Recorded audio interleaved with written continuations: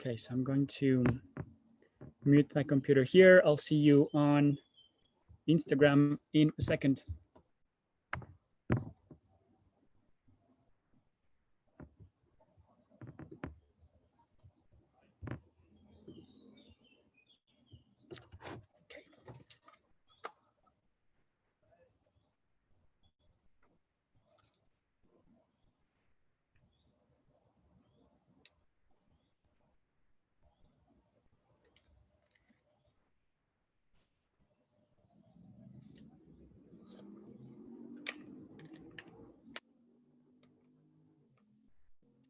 If you're joining via YouTube, welcome. It's going to start in 2 minutes. I'm here dealing with some logistics for the Insta Live. We're going to do 30 minutes, 40 minutes, I think, on Instagram, and then we're going to switch to a more intimate Q&A with patrons.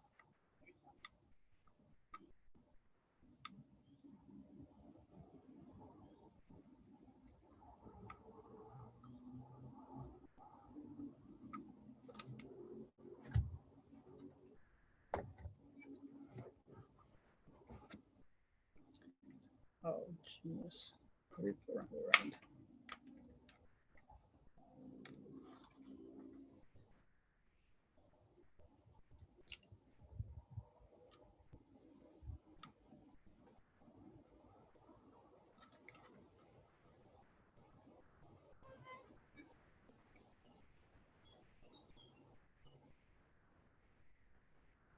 Running so late, Charles. Not cool.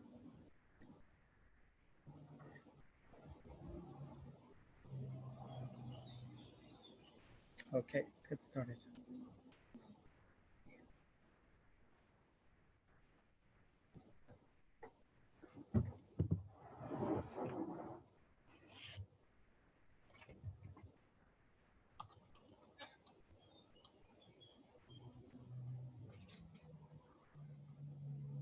All right, we're live here on YouTube. We're live here on Instagram. Hey, everyone. Bienvenidos a todos. Welcome, welcome. Have a seat.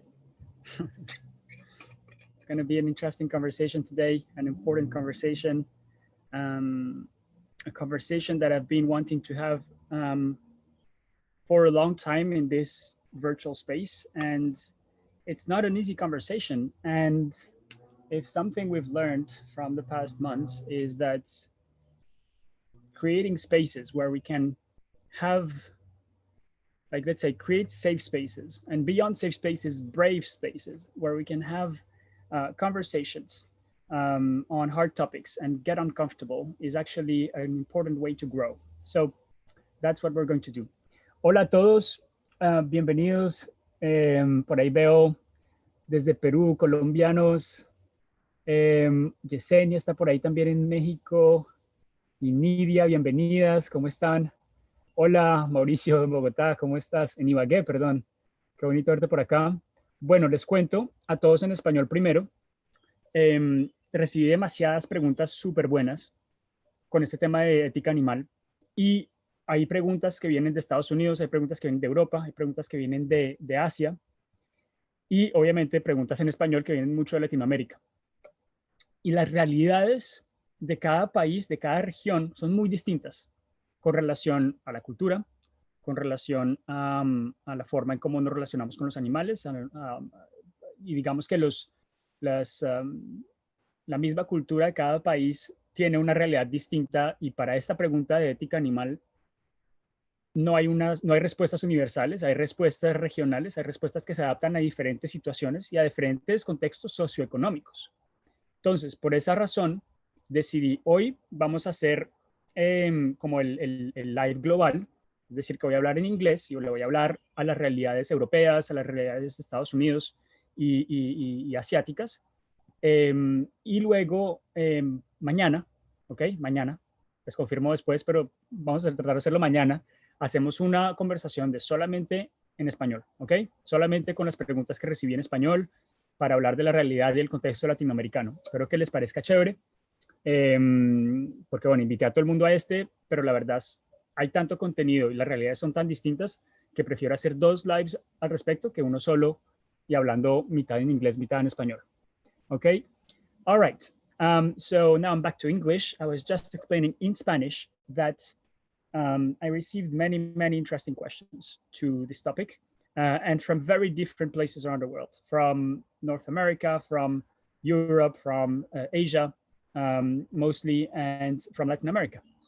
And the realities, the cultural realities of each region make this question of animal ethics a completely different one. Like the answers are not the same for everybody. So to honor that, or at least to honor, there's a lot of folks here that speak only Spanish and that are from Latin America, which I'm Latin American, I'm very connected to the realities of Latin America. So I decided to make 2 lives instead of 1. So we're going to do today in English, the more global perspective, and tomorrow we're going to do the let's say the Latin American perspective around this topic of animal ethics. Can you all hear me well? Someone says that ¿me pueden oír bien por Instagram? Sí. Hola María. Si se oye bien, someone said, all right, perfect. Okay, so we're going to start. Vamos a empezar la perspectiva global en inglés sobre este tema. And I will speak French one day. Oui, je vais parler en français un jour, mais c'est juste déjà tellement compliqué de pouvoir parler en anglais, parler en espagnol. Et oui, je suis français, donc ce serait super aussi de parler en français. On verra, on fera des trucs en français certainement dans le futur. Mais je remercie à tous les Français qui sont là et qui me suivent. Okay, now English. So to the topic. I'm gonna have some water first. All right, so this is, I think, probably one of the most important ethical issues of our time. That's how I want to frame this, because this is no tiny question. This is no tiny problem that has easy answers. Complex problems, and complex, especially when it comes to ethics and to morals, have complex answers that manifest in very simple ways of being and simple decisions, and each individual has the freedom in theory to make decisions that are aligned with their integrity and their morals. But since we all have different moral standards and moral, I would even say that morality is, and because ethics, right? Let's start with the word ethics. Ethics is the science of morals, right? It's the study of morals.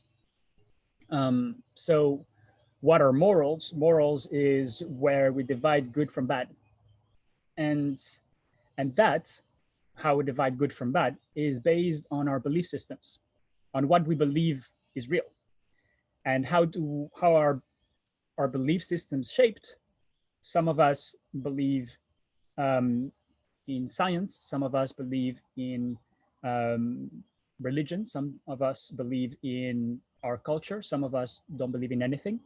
Some of us, we all have different ways of forming and shaping our, let's say, our stance and our identity in the world, depending on where we're born, right? We're all human, we're all born on the planet, but there's not yet a universal, let's say, a planetary belief system. And maybe that is shaping up during this 21st century. And I want to believe that. But for now, I would say that the realities of each single human around the world, religious background, cultural background, genetic background, so ancestry, shape different belief systems and hence different morals. So I just wanted to give that as a context, as a container for all of us when we engage in questions of animal ethics, to first and foremost see each other as human, see each other as having a different perspective that has a reason to be, and to respect each other's voice. Because one of the things that that is the most difficult, and to be honest, that the thing that was that made me scared of talking about animal ethics here, is because I see a lot of shame and guilt. I see a lot of fingers when it comes to especially animal ethics. And I want to say that on animal ethics, as I said, so it's one of the greatest ethical dilemmas of our time, in my opinion. And I'm not the only one thinking this, right? In Sapiens, Yuval Noah Harari mentions how this could be one of the greatest ethical crimes in the history of humans, and we haven't yet realized it, right? That's how powerful this topic is. So when we enter hard topics, I invite everyone, first of all, to really think and to listen to the other person, to try to empathize, because we're trying. If we're here, right, having this conversation, is because we care. We care about animals. Otherwise, we wouldn't be here on this live. I'm pretty sure that the 100+ people who are watching live care about animals, and that is something that connects us, right? It's a common thread. We may have different ways of caring about animals, but the point is that we care. And so in 95% of the situation, we agree. And sometimes focusing on the 5% in which we disagree, we tend to go against another person's views. We tend to hurt other person's or question other person's morals and hence belief systems. And when you start hitting against someone's belief systems, you find resistance. And what you create is polarization. You create a battle, you create sides. And we don't need sides, especially when it comes to food. We need to find narratives that connects us in order to, I guess, to accomplish the dream of we living in an abundant planet. And we live in a beautiful planet that has given us, from a natural standpoint, everything we need. And we are producing more than we need. We are extracting more than we need. We're wasting a third of the food that is produced on this planet, right? 35% of the food that is produced on this planet goes to waste, right? Food waste represents 8% of global carbon emissions, right? And amongst that food waste, a big part is animals, meat, flesh that died for nothing, right? And that is an ethical crime. And it's something that I want to point out here. So kind of a long introduction. Apologies for the long introduction before we get to the questions. I've selected only 7 questions because there's a lot more. I received so many interesting questions. I reposted some. Please go have a look at the post on Instagram. There's a few really interesting points there. And so I wanted to just say that really food should connect us, because food is the greatest universal connector beyond language, right? So I think it's something that we should honor and try to work. So let's see which question are we going to start. So okay, right. So actually, the first one I want to answer is right here. I took a screenshot. Bear with me for a second.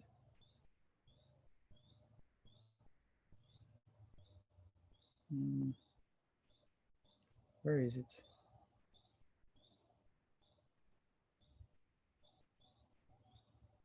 This phone is such complicated. Files. Sorry, I'm not an Android fan, and this one is an Android. So, right. So the question is, I forgot who asked it. I can't find it actually. And do I have it here?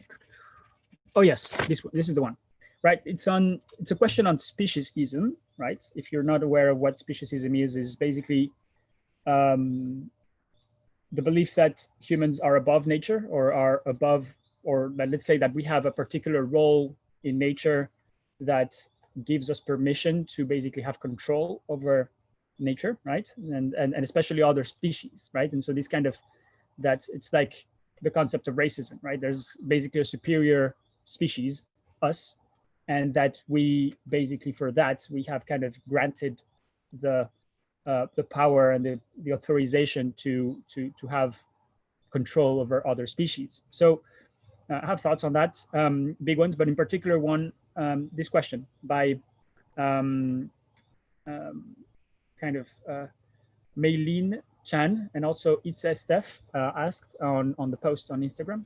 They both asked in a different way, but they asked, can you be an environmentalist and eat animals at the same time? So I have a very simple answer for this. Yes, I think you can be an environmentalist and eat animals. The most important environmentalists on the planet today are indigenous communities. Indigenous communities are often at the front lines of forests, of natural, protected, sacred land, and they are the ones that basically are protecting and stewarding the land and being earth guardians of particular territories that are arguably the most important and the most essential environmentalists that we have on earth right now. And the greatest inspiration actually in environmentalism can eventually come from indigenous wisdom and ancient wisdom. Not only, I mean, I can talk about the meaning of indigenous. The word itself is a bit tricky, but the point is that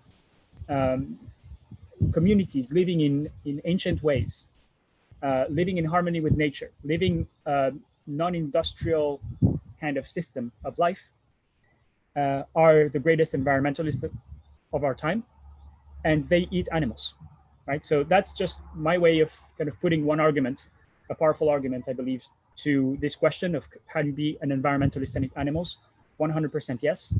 Now, how are indigenous people treating animals, right? What is their relationship to it? What are their belief systems with animals? Animals have spirit. Animals are sacred, right? Life is sacred. Animals are treated with respect and are hunted with respect and are sacrificed and cooked and eaten with respect and honor. And that is, I think, part of the bigger kind of question and philosophy that I want to put forward to you here today, answering all these questions, is that there are ways on the planet where we can all learn on how to relate to animals in a way that is balanced and respectful. So this is for answering this question. And now I do want to say that in particular in certain communities, and maybe some of you here watching are part of these communities and these movements, in cities, in countries like the United States, Canada, England, parts of Europe, right? Anywhere around the world, Turkey. You might be an environmentalist, and your stance, your most important stance, living where you live, is actually to not eat animals. And so this is where the ethics of animal as food becomes dependent on where you live, dependent on your reality. And only investigation and truth and more knowledge and conversation can set you free in that sense. Because, for example, if let's say I live in New York, and my own, I have there my family and I have my job and I have everything there. How can I be an environmentalist if I care about the earth, if I care about what's happening with climate crisis, if I care about what's happening with animal species? The best stance that you can take eventually is to be vegan, right? And that's very valid, because not everybody lives in nature, in the jungle, like indigenous, or like in like, let's say, in harmony with the territory, with the elements, like indigenous communities do. And that's not the reality of most of humankind, right? Because we live in cities, and cities are designed in a way that disconnects us from being able to be empathetic with animals. We are raised in environments where we don't almost ever see an animal apart from pets, right? We don't see any, like, we can go living a whole human life eating an animal that we've never seen alive. That is the product of an economy and an industrialization of food in general. Like, and I don't want to put it only for animals. So here, as you can see, like, kind of my take on this is, can you be an environmentalist and eat animals? Yes, but is stopping to eat animals one of the best ways to be an environmentalist? Also. So here, I guess I kind of want to provide that that balanced narrative and these two sides, which I believe many of us not only will be in different aspects and different parts of the world, different cities, different forms of living, different cultures, but also maybe this can give you arguments on how you could approach the conversation with other people within your communities and eventually raise awareness around some of these topics. Let's see another question. So I got a question from Donna. I know she's here, a patron. So Blackman91 on Instagram. She asked me about the animal welfare ratings. So cage-free, free range, all these things, like let's say for chicken, right? Does that make really a difference, these ratings that you see on products that it's been emerging in the past 10 years, 20 years? Do you see, does that make a difference does the difference in the way you grow animals, you grow animals, makes a difference in environmental health and in human health? The simple answer is yes, it makes a difference. Is it perfect? No, not at all. And we must question everything that we read on labels, because in many cases, we are seeing that people are awakening to the fact that there's something going wrong with the way we've eaten animals in the 20th century.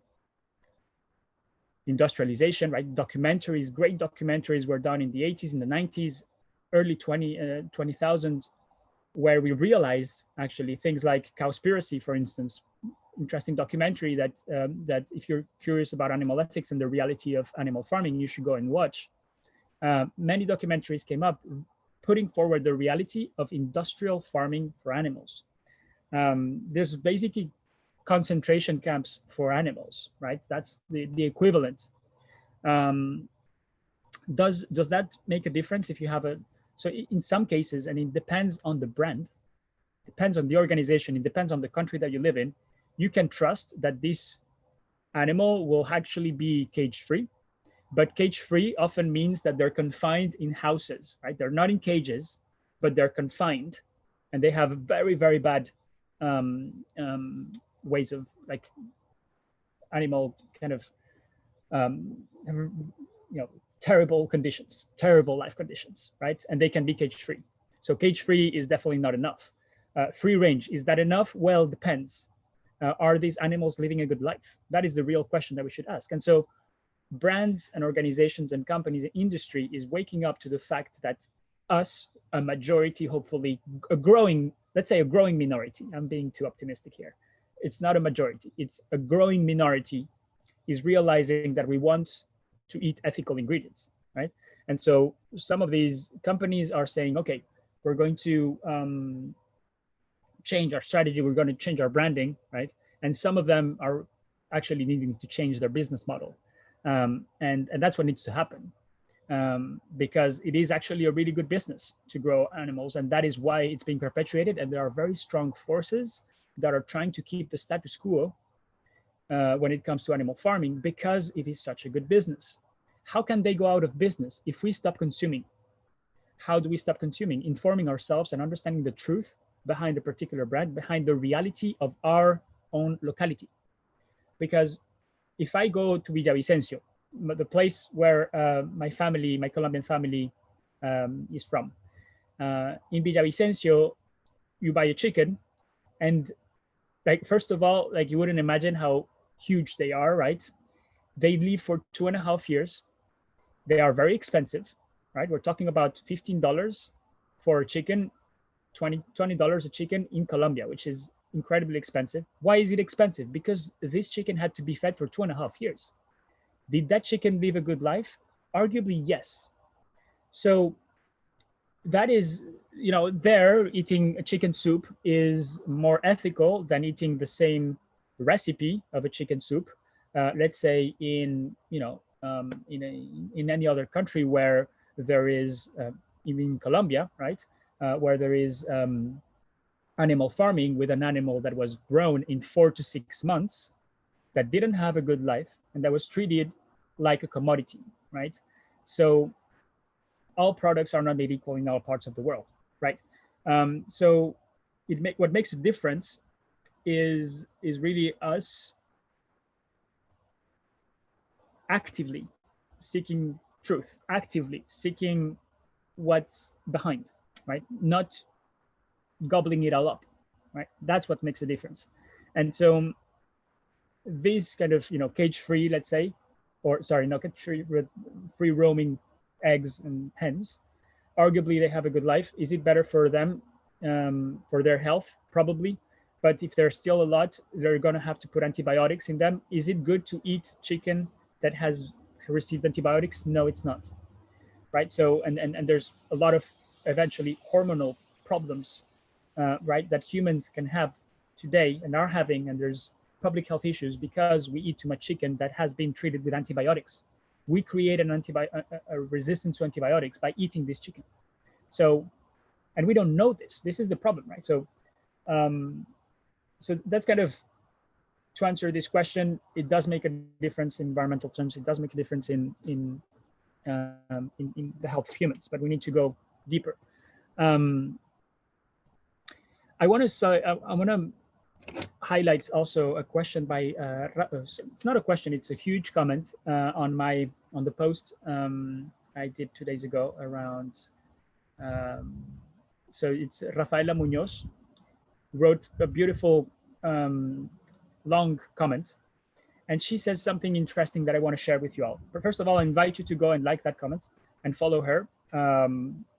But also, she did studies around animal cognition, and arguably, all mammals, at least, but arguably all animals are sentient. All animals feel emotions. All animals have a soul, if you want, right? She says even that pigs, there's a research that shows that pigs have higher self-awareness than young children or babies, human babies. That means that a pig can basically have more awareness of himself and more soul than a baby. So what does that mean if you think of pigs being put all together in large facilities and seeing their own death, realizing that they're going to die, being treated very poorly, being given kind of medicine in order to not fall sick because of the terrible conditions, and especially the fact of these animals knowing and seeing other animals die and knowing that they're going to die. That has happened once, or probably many times actually, in human history with humans, right? Genocides and the Holocaust, to mention just kind of two big categories. Knowing that you're going to die is probably the most terrible thing that you can inflict on someone. And hence, right, that fact, scientific fact, that pigs are sentient, which makes sense. And that not only that, but they can have even more conscience, that more awareness than humans, than young humans, just tells you how deep the crime is, right? So, is the answer to stop eating pigs? In some cases, it is. Is the answer to eliminate animal farming, like all animal farming? No, at least in my opinion. Now, why do I say this? Pigs, cows, chicken, right? They are animals that evolved hand in hand with humans. Those animals would not be the way they are today if we hadn't grown a relationship, an intimate relationship with them from an evolutionary perspective. These animals were wild at some point, right? There were some wild birds and some wild kind of big mammals, cows, and we found a way to tame them. How did we tame them, right? And here I want to go to the concept of taming. Not sure if you read the Little Prince, the beautiful book by Antoine Saint-Exupéry, and he says at some point the Little Prince has a conversation with the fox, and there's a beautiful insight that says you become responsible of what you tame. If you tame me, you're going to be responsible for my feelings. right? That's what the fox tells the little prince. And I believe that that is the mindset that we must have in order to transition out from this horrible crime that is happening on a daily basis everywhere around the world, most places around the world. We need to understand that we have tamed animal species, chicken, cows, dogs, cats, and many others, right? We have tamed them, and hence we are responsible for them. And I know this comes from a place of privilege, right? There's a bit of land here, and we have our hands, and they have a very large space where they roam between the woods and the kind of and pasture, and we give them good food, we give them good water. I know how deep it goes and what it means to have responsibility for the life of these animals. The other day, the system that protects the fence of the hens that has an electric current, so wild animals don't get in. That system failed, and we saw it with my dad, and we're like, we need to be careful because otherwise, the fox is gonna come, and actually the fox came. We didn't take action fast enough, and the fox came and beheaded about 4 or 5 of our hens, ate half of them, and half of them just left them there lying beheaded. That's nature, right? And we were responsible for these 8 hens, and 4 or 5 died. And 4 or 5 died because of our lack of care and we failed, right? We failed these little hens. And they probably saw this animal coming to them and beheading their friends and taking them away, right? And so when you experience something like that, and I invite you to live with animals at some point if you haven't yet, it gives you a different understanding of life, in particular of life and death, and the importance and the cycle of life and death. Because everyone here, all of us sharing this virtual space, we're all going to die, right? So death is just as important as being born. It's as essential to life, right? So the question is, I guess, from a philosophical standpoint, is how do we live and how do we die? And how do we impose or create life? And how do we carry eventually that life to death, if there is a relationship with that, a partnership with that animal species? So it feels just fundamental to understand that, nature can be cruel. The fox came and beheaded, and this is, if you have hens, you know what I'm talking about. You need to protect your hens from the wild animals, otherwise it's a massacre, right? What happened to us. So all this to say, and coming back to this point, is I believe we have a natural, intimate relationship with these animals, and we just need to find better ways to make sure that the animals that we have tamed have a good life. And that we're very far from that. We're very, very, very far from that today in 2020. We're still living one of the greatest crimes that humans will ever do. And the important thing is actually, I think, to not be silent about it and to adapt our behavior and our consumption to that reality. And here's a question, right? That's Nunu. She asked in Spanish, but I'm going to translate it. Do you think that evolution will convert us or turn us into a species that will only have a diet based on plants and fruits and nuts, right?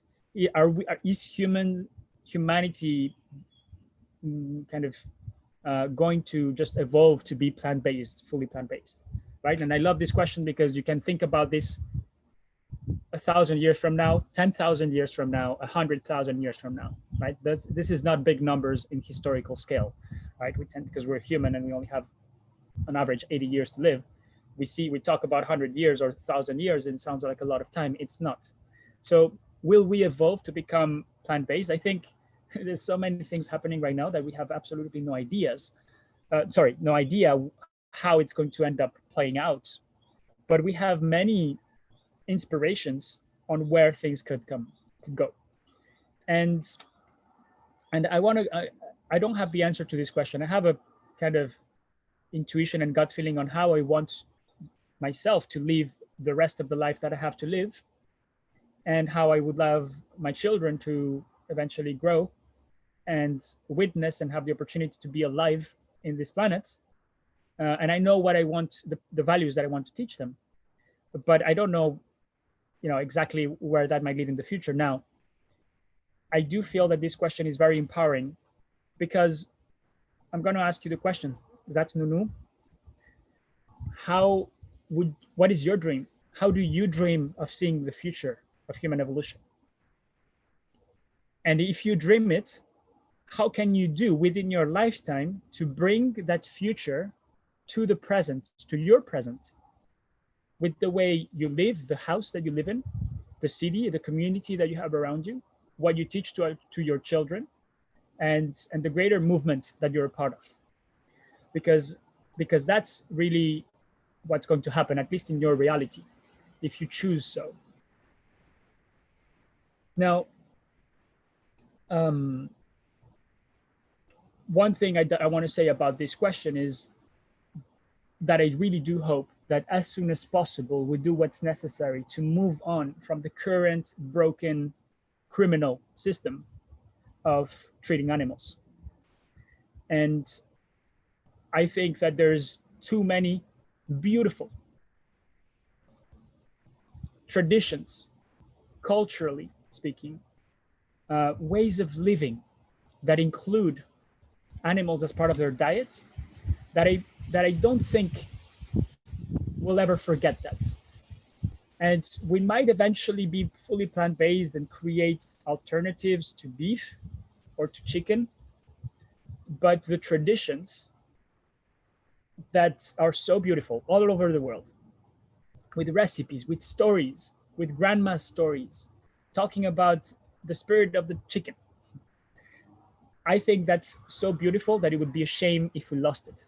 It would be a shame if we lost it. Just like if we lost a language, right? It's very sad when indigenous communities, for example, transition out of their ways of living traditional, and we lost a language. We lose a language. If humankind loses a language, it's a loss for all humans.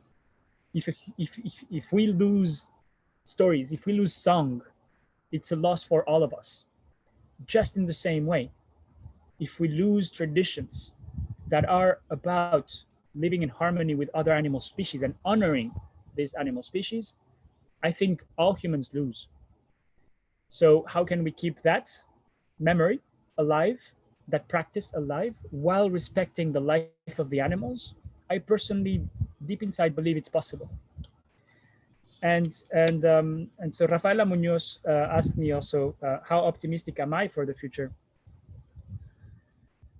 And in general, I guess you could say, and you see, right, and if you follow me for a bit, that I am an optimistic. But recently, especially with what's been happening in 2020, I want to say that what makes me truly optimistic is that right now, over 100 of us are connected right here, having this conversation, tuning our minds and our consciousness into trying to see how we can be better when it comes to animal ethics.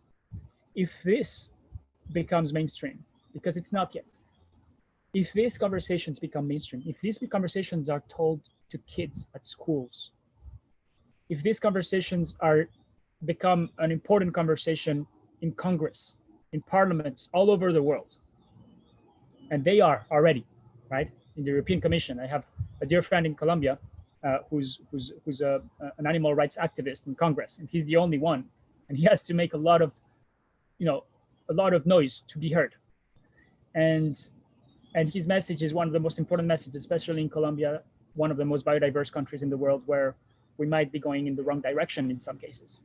So I'm seeing this already happen, and that's what gives me hope. It gives me hope that we're trying to challenge ourselves and put ourselves in uncomfortable situations to try and be like, how can I be better with this? Should I go vegan? Maybe you should. If you live in a big city and you have no other choice and you have the privilege of being able to have a vegan diet, because a vegan diet is expensive in most cases, right? And you must be aware that if you're a vegan, you have privilege in most cases.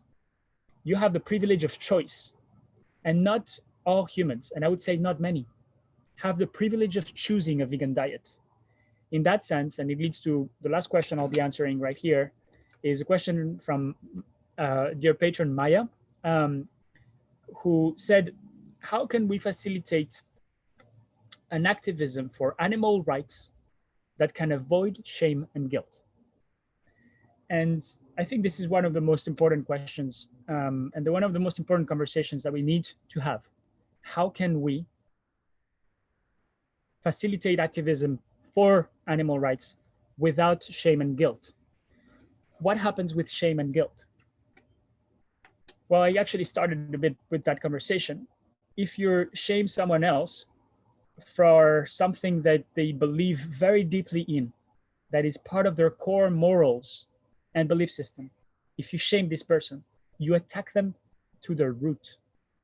What happens if you attack another human to the root? The other human fights back, right? This is how we evolve. This is our tribal nature. It's our animal nature, right?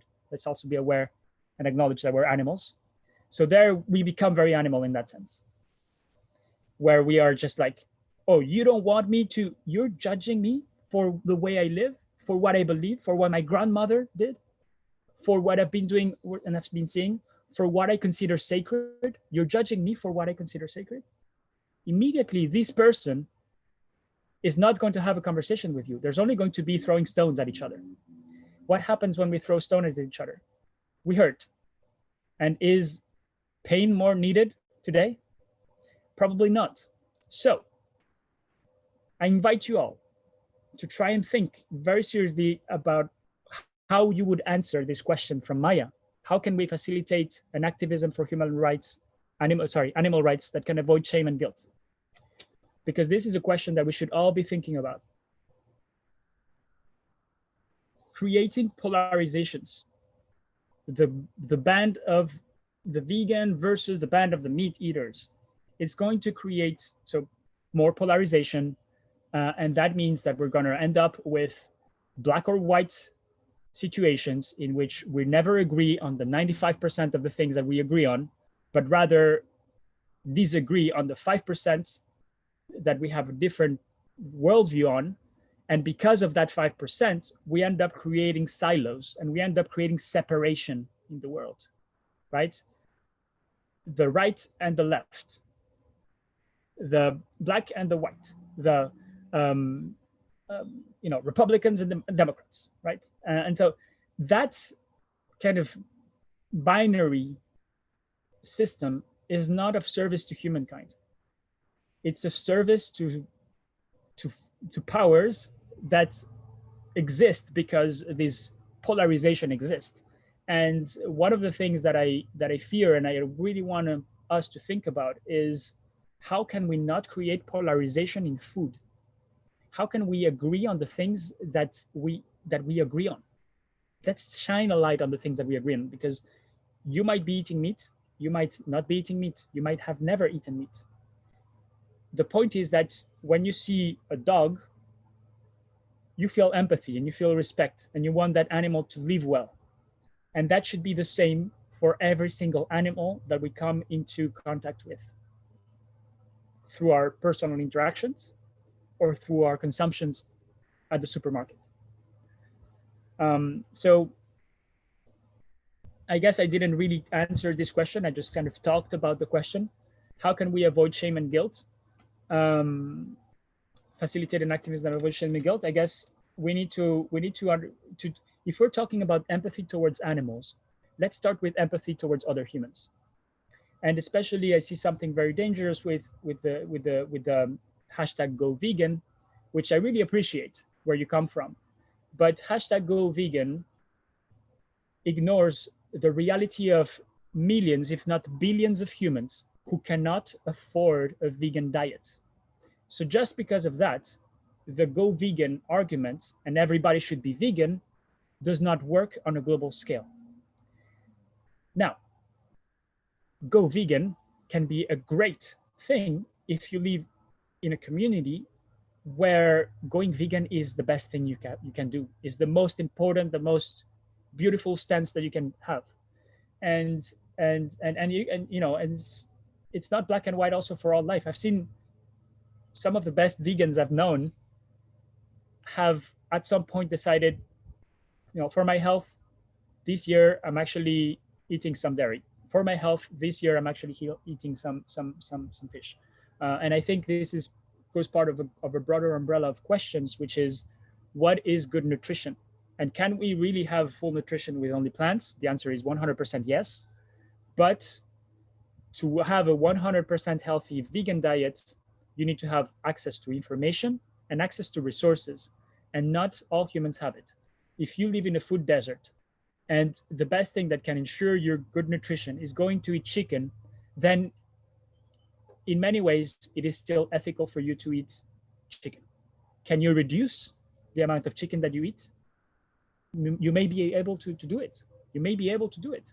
And that's what matters. Right now on a global scale, and to answer this question, what we need is not to all go vegan, is to help find strategies that help reduce global consumption for the environment, for ethics, and for our health. And so how can we do that? Talk about the joys of plants, right? That's one of my questions here. Instead of saying, okay, I'm gonna go to this meat eater and we're gonna talk about animal ethics, well, that might be the wrong strategy. And you can see it on the Guide to Conscious Eating that we wrote with my patrons. That it doesn't say go vegan. It says, or go vegetarian. It says, eat more plants, right? What's the positive side? Oh, the bright side is that plants are absolutely delicious, absolutely nutritious, and in most cases, you can have a very reasonably priced 85% plant diet, and very healthy one, right? And leaving 15% to eating butter and cheese if you want, right? It's actually, I invite you all also to have a look at the planetary diet. Google planetary diet. It's an incredibly good initiative. And I would say that this is the diet that I adopt. It's the diet that integrates the best of science, environmental science and health science for humans, that brings about kind of a balanced view where I think 85% of the diet should be plants, 50% of the plate should be vegetables and fruits, right? And there's only a tiny fraction for animal products. And in that case, also in the Guide to Conscious Eating, I recommend, if you do eat meats, choose the best quality only, because often quality comes with a price. So eat less of it, but choose the things that you know are most ethical, right? And the other thing I recommend we recommend on the Guide to Conscious Eating is, if you're vegan, talk to the non-meat to the meat eaters about the joys of plant-based food, not about shaming them for their animal consumption. Okay, so that's it for this live. Thank you so much for being here on Instagram and watching this. I'm going to record this for those of you who watched and could only understand part. Para todos ustedes que estaban ahí que de pronto no entendieron todo lo que dije, vamos a hacer esto en español. We're going to do this one in Spanish tomorrow. Mañana hacemos una conversación igualita en español para todos los latinoamericanos. Muchas gracias, mucho amor a todos. Compasión, si quieren compasión sorry, this is for tomorrow. If you want to fight for compassion, right? Fighting is not the right word first, but if you want to be active for compassion, make sure that it is compassion not only for the animals, but also for the people and where they are in their lives, and the morals and the beliefs. So talk about belief systems eventually and learn about each other's philosophies, and then find a common place, because there's more than connects us than what divides us. And I see that many of the biggest conflicts on Earth, human conflicts, are actually caused because we focus on the 5% that makes us different instead of seeing and honoring the 95% that makes us equal and similar and brothers and sisters. Um, Thank you all for watching. See you next time. And for those of you who are on Patreon, we're going to switch to Zoom. We're going to continue the conversation. If you're curious on going more into these topics, we're doing this and much more with my patrons. So have a look. There's a link in my bio, and there's a growing community of people who care, who have very different perspectives. We are on all continents, all over the world, and so now we're going to continue the conversation on Zoom. And yeah, if you want to jump on board, I'd love to see you there. Orkiola, ay, beso. Thanks to all the friends for being there. Love you so much. See you around.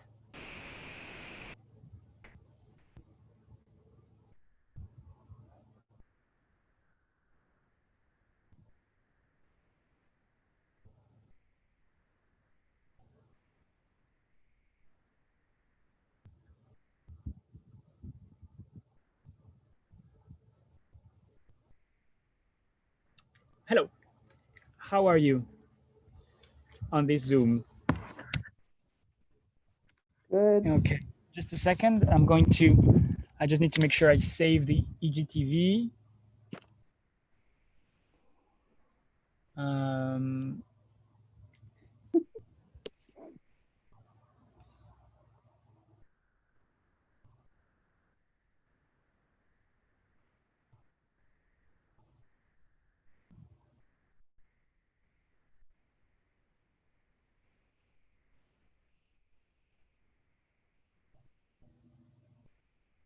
Okay. I'm sorry, I just need to do this now, otherwise it gets lost. Okay, I'm gonna do this properly. Just a second.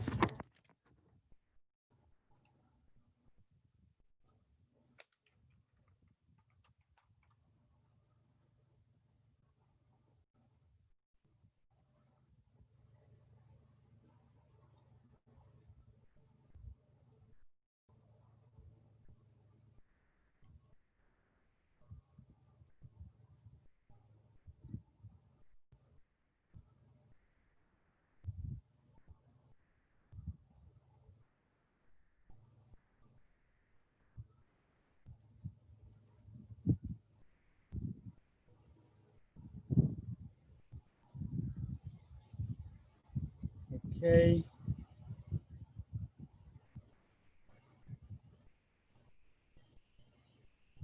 Almost there.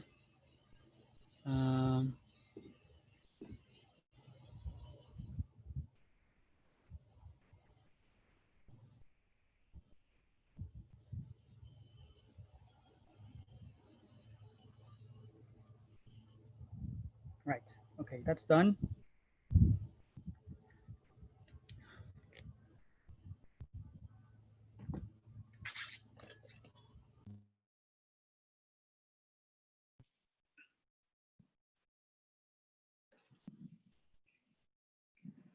All right. Cool. I'm here now. How's everybody? Now we have 26 of you. Wow, that's a lot of folks. Thank you all for being there. Right, so we're gonna switch to deeper, I guess. And I have more questions around. In particular, I have questions from Maria that I want to answer. I want to do it publicly, but the time went short. So maybe we can talk about Maria's Maria Chen's questions now. But yeah, before that, let's tune in. How's everybody doing? Is there anything that in particular that you want to eventually bring to the table before I answer other questions and Maria's in particular? I love that you were talking about not everyone can afford a vegan diet. And then people, of course, are like, vegan diet is the cheapest thing ever. I'm like, I just paid $12 for a little tiny thing of cheese yesterday. I'm sorry, it's not cheap. So yeah, you got to respect where people are at. And if you live in a food desert, you're shopping at the convenience store or the grocery store, or not the grocery store, like, you know, a 7-Eleven. Yeah. So I like that you threw that in quite a few times. Get people's and you know what reminded me of it a lot is actually some of the questions I read kind of most of the questions that I got on Instagram with that story. I posted a question, and a lot of questions came from a place of privilege, and of course I think people don't realize. I've been in the case where I had not seen my privilege, and it's very easy to not see your privilege when you have it. It's when you don't have it that you realize there's a thing called privilege. So I guess with folks that don't see their privilege, I think we need to find ways in which we can raise awareness, because then I think it really empowers to having another type of conversation. It's a more informed, a more more complete worldview when you realize that not everybody has the same access, for sure.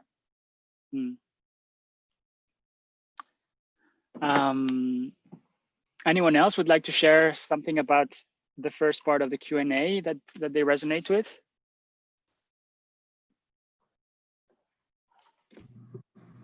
Charles, I just think that you were, again, I want to kind of add on to that, riff off what you just said. It's like Colleen says, a good, better, best, you know, going up and saying, oh, you eat meat, you're bad, you're not going to get anywhere. But if you say, hey, try this new roasted broccoli that I just did, you might like it. Here, why don't we, instead of getting 12 pounds, you know, or a pound of meat, let's get a half a pound of meat and some broccoli. And, you know, and slowly start moving things towards the goal line.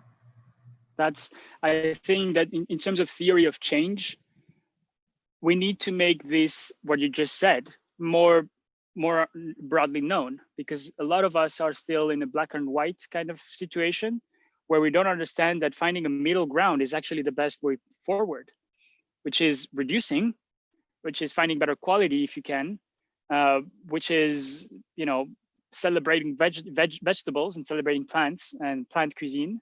But yeah, in most of the cases, the thing that could do more change is having everybody that eat meat not stop eating meat, but actually reduce in half. That would already do a lot of work. That would already probably reduce, what, 3 or 4 points in carbon emissions, right? If we just manage to do, you know, to have folks reduce in half. So that's a big dream, but it's definitely, but it's more realistic one than asking a certain, you know, large amount of the population to go 100% plant-based. All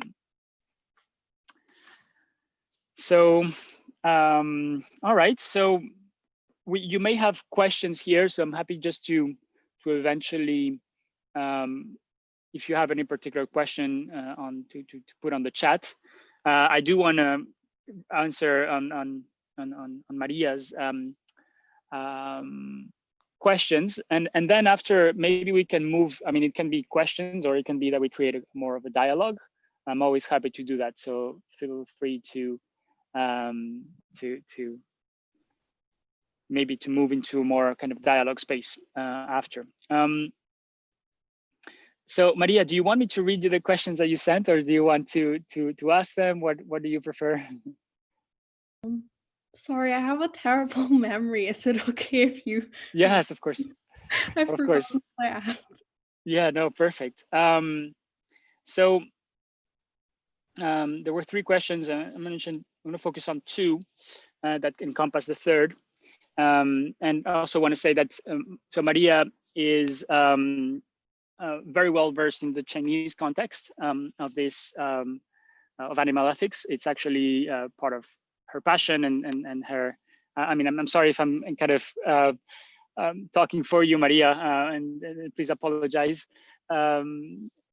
Please forgive me. Sorry if I don't do honor to your journey, but I understood that Maria has been doing this research and really trying to understand the animal industry in China in particular, and within the cultural context, Chinese cultural context, which I find fascinating and I would love to learn more of. But the questions so are very on point because Maria has been studying this for a while. So number one question: ethical diet, plant-based being an elite way of life. In my experience in China, vegetables and plant-based foods are very common and cheap to come by. However, in areas such as Vancouver, Canada, fresh local vegetables are very expensive and can mean that people who are poor cannot easily access plant-based foods. Is there a way to have a healthier diet, not necessarily vegan, but just the right amount of meat, good quality meat, which meets the needs of everyone in the community? So that particular point, I think, is of course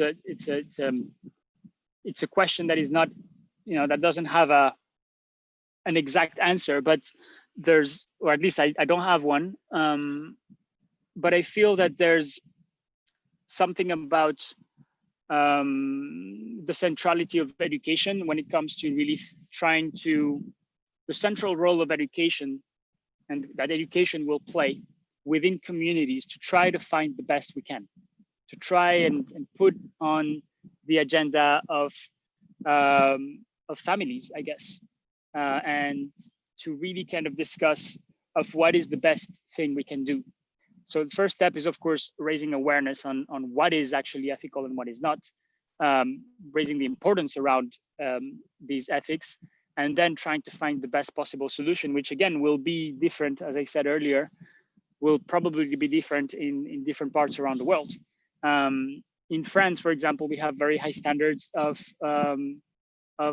animal welfare, but still under many other standards, it's still not okay.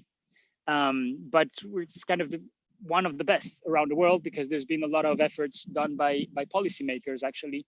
And there's actually an interesting story here in France where an actor, a very famous actor, Brigitte Bardot, and singer, was super famous, like megastar. And she, after her career, decided to turn into full animal rights and animal activism.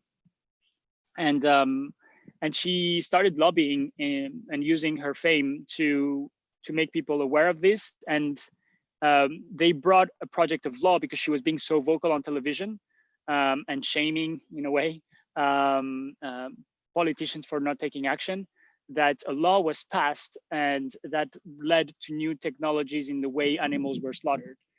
So animals wouldn't know that they were about to die, right? And that's what her activism kind of led to, of course, far from perfect, but it led to a step in the right direction, which is, I guess, in most cases, what we can all do is just a step in the right direction and try to see kind of the long game, trying to see 10 years, 50 years ahead, not just right now, next week, and next year. And so I guess, yeah, with this question, I guess I touched a little bit upon it already. And so there's a very interesting aspect that Maria brought in, which is so animals and culture. What can we eat? What should we eat? There are regions in the world where animals, sacred cattle or dirty pigs, right, are not to be eaten. Other places in certain regions of China is about eating everything that walks on four legs that is not a table, which causes issues like COVID-19 and zoonotic diseases. I met people in rural Chinese villages who told me how strange and hypocritical that Western people could keep a pet dog and eat a cow at the same time. Recently, someone's pet dog was eaten in China and this caused outrage. It made me think of how our categorization of wildlife, pets, food, disease agents, which affect if we should eat an animal, when from the animal's perspective is just about trying to have a good life. I realize actually this is not a question that you posed, Maria, but I guess I just wanted to share this perspective, which is, and there was a question that actually you said, where do we go off limits when it comes to eating animals? For example, there's the question of, we tend to be looking for fresh meat, for fresh produce. And this quest for fresh produce leads to places like wet markets, where there's even live animals that increase the chances of zoonotic diseases. And so to what point is it about us kind of controlling or really being aware of what we desire? Because of course we want, if we eat meat animals, we want something kind of fresh. But in some cases, it's actually, there's a danger to that, right? So I'm not sure if I'm making a point here, but I guess it's just yeah, I don't know. Is there anything here? I see Chinara and Becca talking. Do you wanna unmute and share a question? You wanna share something?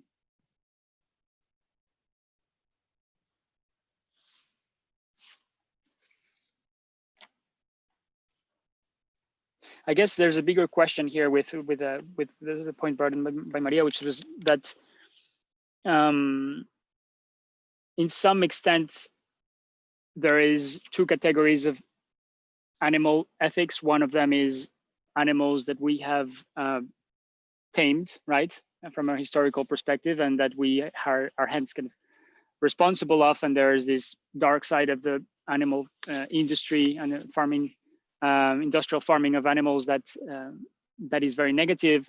And there's also the aspect of wild foods, right, which to a certain extent, I think the bigger question there is that does consuming that particular animal actually represent a threat for the ecosystem? Because in many cases it is, and we tend to think that certain products have kind of medicinal properties or kind of nutrition properties or cultural kind of aspects that give us kind of the right to go in there, but we don't understand really the ecosystem where this product can come from, and what is the disruption that we may be having in that ecosystem. And I think that this is a question where I see, like in the Western kind of context, a lot of folks are simply, especially in the food industry and in restaurants, don't or rarely think about ecosystem health when they choose to consume and sell or produce an animal produce, which is, again, just another aspect on which we should be raising awareness on, is if there is consumption of this, is it really, how is it affecting the ecosystem? If it is, and how are we ensuring that the population is thriving? Again, even if we have not tamed an animal species, like we have tamed chicken, how can we ensure that we are stewards to life in specific ecosystems, and how can we ensure that we make sure that these other species thrive as well as we do? And this leads me kind of to think to another point, which is a bit trickier, which is I'm just kind of adding layers of complexity here. But the growth of human population, and how is that kind of affecting not only natural resources in general, but what impact it has on the need for certain animals to be used as food in order to feed humans. And this is, I guess, a question or that falls under the umbrella of, or the conversation on speciesism, which is this planet ours to conquer as much as we want, or will there be a limit in which we kind of need to make sure we understand on a global level what the life systems are, so we can be a part of it in balance with other things, which it feels like this is a conversation for the 22nd century for some reason, but hopefully we can start talking about that now. I find something super interesting. I read it the other day, and it was talking about how as societies gain more money and become sort of richer, they add meat to their diet because it's seen as food for people that are rich. And so now the demand on meat is, as more and more societies are kind of bringing up their level of income in the households, more meat's being consumed. But to me, it's like, where's the breaking point where you can't have more cows and pigs and chickens, right? And so when people then argue the opposite and they're like, oh, well, you know, we have to have that many cows. No, you actually don't. You could produce less if you encourage people to be excited about vegetables. So it's kind of funny. There's like that, you know, eat more meat because you're richer, but also where the heck are these animals going? And breaking that down a bit too, like, yeah, especially in what we call developing economies. I've seen it in Colombia, where we're really eating meat every day is actually a status thing, and it's something that people just understand as, you know, I can, and why wouldn't I? And that their morals again are like, this is the way I reward myself for having, you know, for having it hard in my life, and this is my reward is eating animals. So very, very complex trend to slow down. And so, you know, but there's something I want to share with you is that, and I kind of put a few questions yesterday. Oh my God, there's so many things that we could talk about here, and layers and layers. I haven't mentioned yet the importance of regenerative agriculture and how this can be a solution, because within regenerative mindsets, there is truly a way in which every aspect of the ecosystem plays a role and every aspect thrives. And so there's that kind of agricultural aspect, that there's a solution that could actually be scalable and produce more food, healthier food, together with respecting animals. And there's these other questions. Like yesterday on Instagram, I posted these questions just to test, right? And the results were actually quite interesting. I'm gonna share that with you. So the final results, or the most recent results around this topic were, so the audience that we have on Instagram is 84% consume animal products, and 16% does not consume animal products. And kind of connect that with another question, which is, if you were hungry, would you, if you in necessity, would you kill to eat? 56% said yes, and 44% said no, which is interesting, this difference between, okay, 84% of us eat meat, but only 56% of us would actually face the animal dying or face the death of an animal in order to satisfy our needs. So there's this, and you know, there are many things that can happen within those 30-40% that do eat meat but do not want to. Is it acknowledging? Is it recognizing? Is it facing the death of the animal, right?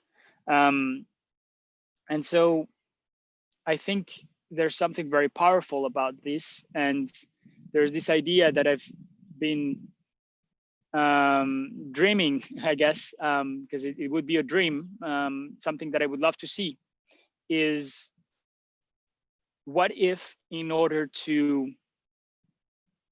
have the license to purchase an animal, right, to cook an animal, let's say in restaurants, in order to have the right to cook, the license to cook an animal in a restaurant, that you need to go through a particular training and a degree, let's say, that includes witnessing and killing the animal with your own hands. Why do I say this? It's because I've seen my life, you know, understanding the death of the animal and having myself taking the life of chicken in the past, and once a long time ago also in Colombia, with my cousins who were teaching me the traditional ways of our Colombian ancestry, in the llanos, in the plains, and kind of my cousins are all cowboys in Colombia. They taught me how to sacrifice, and I sacrificed a veal, which is something that is done as a kind of ritual and celebratory, when all the family is coming together. One animal is sacrificed early in the morning and then is shared across all the family members. And so having witnessed and having done this, there's no way that you're not shaking after an experience like that. You are touched to the core when you do it. There's an after and a before. I see it as a rite of passage, where once you witness it, there's a rite of passage, and once you do it yourself, there's a rite of passage. And there's two levels of let's say of passing into a different kind of level of awareness and of human experience, that in my personal opinion, in order to serve animals, it would be incredibly beneficial if every person cooking animals would actually need to go through this rite of passage of having to face the death of the animal and eventually having to take the life of the animal themselves. After you do that, the amount of respect you have, the integrity you have treating every single part of the animal, and how sacred, to be honest, how beautiful it is. And I say beautiful, it is, so to some it might seem criminal, but I saw beauty. I saw something that comes with a huge responsibility when you see the last breath of an animal, and that last breath of the animal, and that animal is going to become your family, because your family is going to eat it, and there's going to be joy in eating, and there's going to be pleasure, and there's going to be nutrition in eating it. And when that happens, that last breath of that animal just living and witnessing death, and really, for the first time, at least in my experience, seeing that veal die was truly a life-changing moment, because I understood something about life. I understood something about us humans kind of entitling ourselves to healing other animals. And when you do that, when you see it, it's just so, there's beauty in it, and there's incredible respect. Now, and there's more respect than, say, a fox coming and beheading 5 hens here in our garden, because the fox doesn't have maybe the consciousness and the awareness of honoring the animal in the way that a human can. And there is in halal tradition, so the Islamic tradition, there's a prayer, and also in Jewish tradition, there's a prayer that goes before the moment of death. There's a prayer, and I feel that there's Avatar also. In Avatar, there's a prayer, and I love that movie for some of the details like that, where that are actually just indigenous, coming from ancient ways of being, in which animals were respected and animals were family. And when an animal is family, because these animals that we have here are family. My dad, did you see that picture where my dad is looking at the hen? He's like it's family, and my dad says it. And my dad is not capable of sacrificing an animal when I'm not here, and the hen is a bit too old, and she's, under her laying eggs period. She sacrificed with respect, and she is, then shared with the family. And so that's how it goes here. But Dad is not capable of doing that because he feels so much empathy to the animals. So it's either a friend who comes and do it, or I do it. And yeah, but I wish just our life eating animals would start with this awareness of death and this acknowledging of death, which can teach us so much about how to show up in moments of death of another human eventually, and how to show up, and with honor and respecting of death, and I guess it makes you a bit more alive too.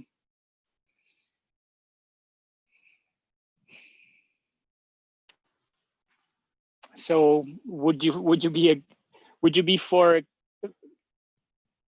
an activism where every single cook that cooks meat should sacrifice an animal or witness the sacrifice of an animal once in their lives, and eventually kids at some point in their maturity and in their growth, right? Maybe around 12 years old or 15 years old, depends on the cultural background, but that kids would have to actually see, if they choose to eat, before they need to see the death of the animal. They need to see where it comes from. They need to see what happens before they're allowed to eat. Or maybe, you know, at some point in their life, if culturally there is some kind of animal products in the recipes, at some point being guided by their parents or by school to witness death, because, and it's such a taboo topic. I realized yesterday that talking about animal ethics is really a conversation about life and death and food, which we tend to put that word death in the category of taboo with sex and with other, you know, and drugs and other taboos that we have in most societies around the world. Yeah. Charles, I'll comment on that. You fine line though, showing somebody when an animal is or anything is to die. If you do it too early, then a child can become callous to it. Oh, just kill the chicken. You know, we did it when I was 2 years old. So I don't know this. I question, or I guess I wonder what's the best age for it. But I think there is a fine balance as to where you're going to get that meaningfulness of showing the use of life to feed us and to benefit our own lives. Yeah, fair point, Jason. And I guess it really depends on the cultural scaffolding that is around a particular family and a particular belief system. If a cultural scaffolding, for example, in an Islamic family, for example, or a Jewish family, or an indigenous family, right? There is a scaffolding. There's a particular prayer. There's something that is written in a book, right? There's something that's and in indigenous communities is literally the rite of passage. I'm not making this up. I mean, this is I'm rather being inspired by the way I've seen indigenous communities kind of have these rites of passage, where in order to reach manhood, the boy needs to go hunting and needs to witness death and be the perpetrator of death in order to become a man. And arguably, if that has been working in harmony with nature for thousands of years, maybe that is the way. You know, maybe we don't need to reinvent the wheel. So anyways, but yeah, it really depends on the culture.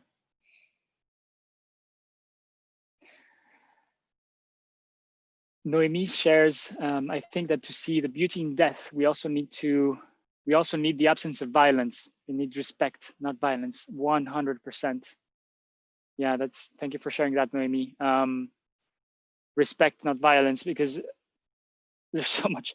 I'm not sure if have you all been on hold on. I'm going to add a poll here. Oh, there's a poll. We could use these polls. This is great. I just thought that we could have a poll here. I just wanted to ask a question. How many of what was the question I wanted to ask? Hold on. Yeah, how many of you have seen or have been in an industrial animal processing? I hate those terms. Industrial animal processing facility, where basically they kill the animals. Has anyone witnessed that? No, most of us not. Oh, Maria, of course, yeah. Because that's a rite of passage in itself. It's a modern rite of passage. It's so violent. This is why I'm sharing this. Nidia also. Nat has seen videos. But to Noemi's point, it's extremely violent the way animals die today. Like as we speak, every second there's, I don't know what's the number, but it's maybe hundreds of of animals are being violently killed. And what's really intense is that this is something I realized living in Italy for 2 years in rural Italy, where there was a very big culture and respect for a pig. One day, so we would do this salami once a year with these beautiful animals that were fed and treated like kings their whole life. And once a year, there was one animal sacrificed in order to make salami and cotechino, which is beautiful because salami takes part of certain muscles and certain tissues, and all the rest goes into another salami, which is called cotechino. So zero is wasted. Even the skin is chopped and put into the cotechino.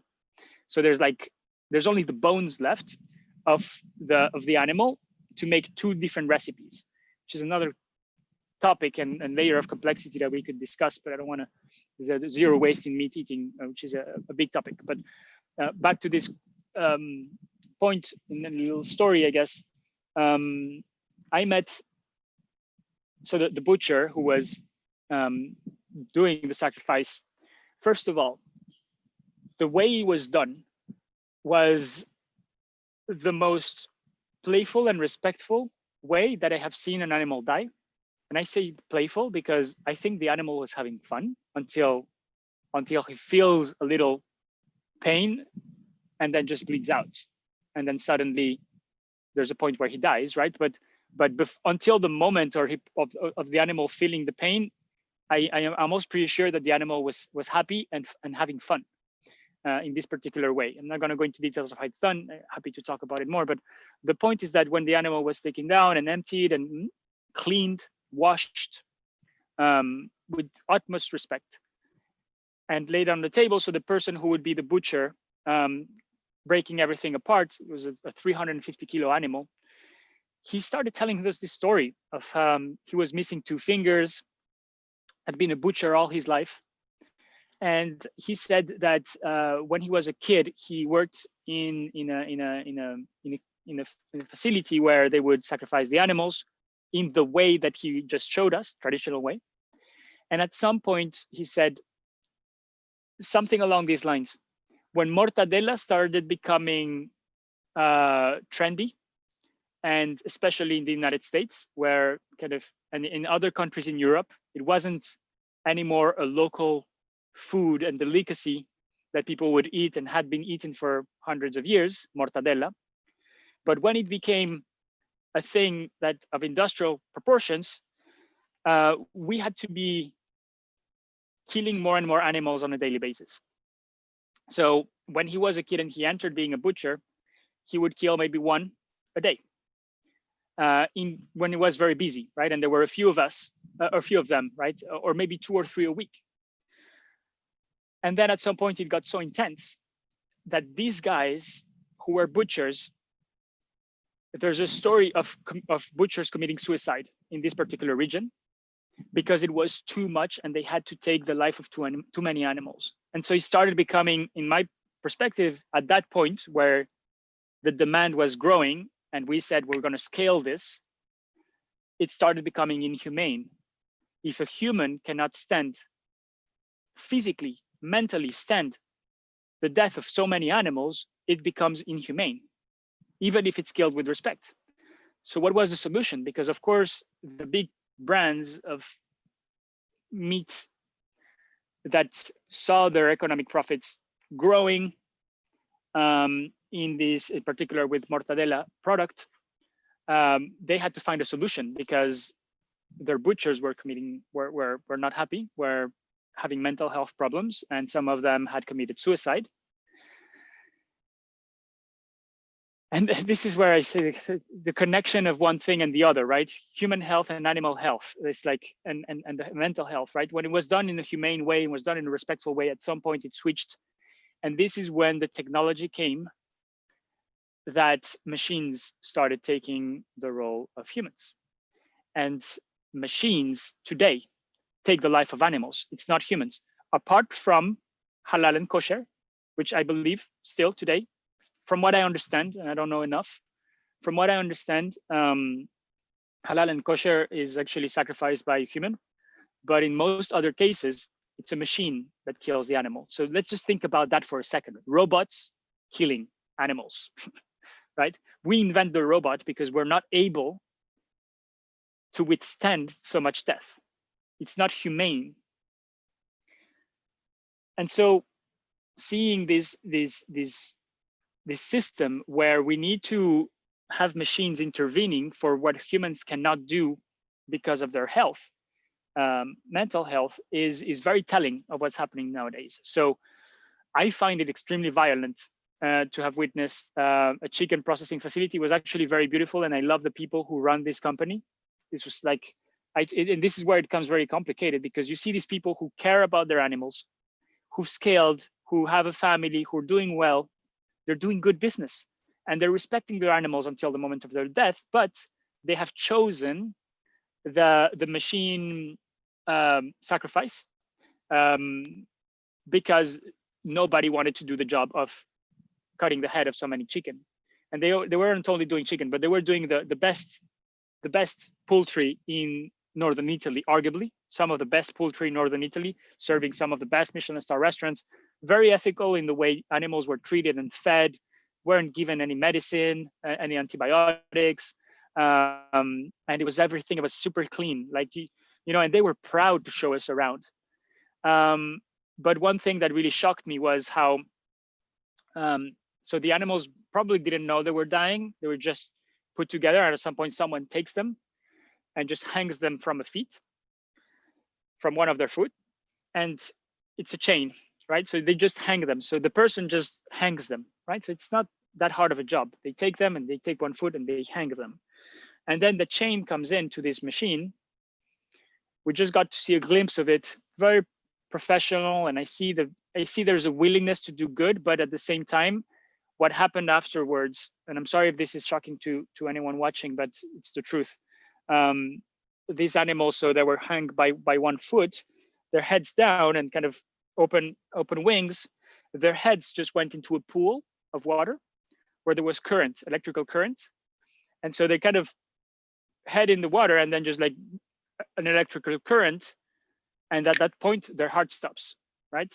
So very humane in the sense that the animals only have like 10 seconds, 20 seconds of being like, what the hell is happening?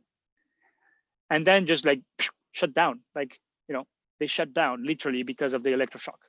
And after that, they enter into a machine where hot water is poured on them. And there's like this other machine who kind of takes out most of the feathers. And there's another one that flames them. And, there's no, it burns kind of most of the other feathers. And then there's a human that comes after that actually the guts are taken also by a machine, a vacuum machine that just kind of, a human puts the butt of the animal into the vacuum machine, and all the guts kind of are just extracted all immediately, very naturally, very kind of efficiently, let's say. And then a human just does the job of taking the organs, like the heart and the liver that is still inside, and then another one to just make sure that there's no feathers. But so apologies if this is kind of intense for anyone, but truly, again, this is talking about animal ethics. This is what laws are allowing in one of the most evolved kind of, let's say, countries in the world, right? Let's say Italian government, right? And let's say European laws. This is what they consider the most humane. So it's important to know what happens. But there was a point where I was like, what happened that we were consuming so much and so disconnected from the death of the animal that this is not humans doing it anymore, it's machines. So I guess that's one of the most effective uses of robotization, actually, in the past decades, is how robots and machines have been at the service of humans in order to be able to sacrifice enough animals so we could keep on feeding a growing demand. It's the industrialization of death. Yeah, sadly,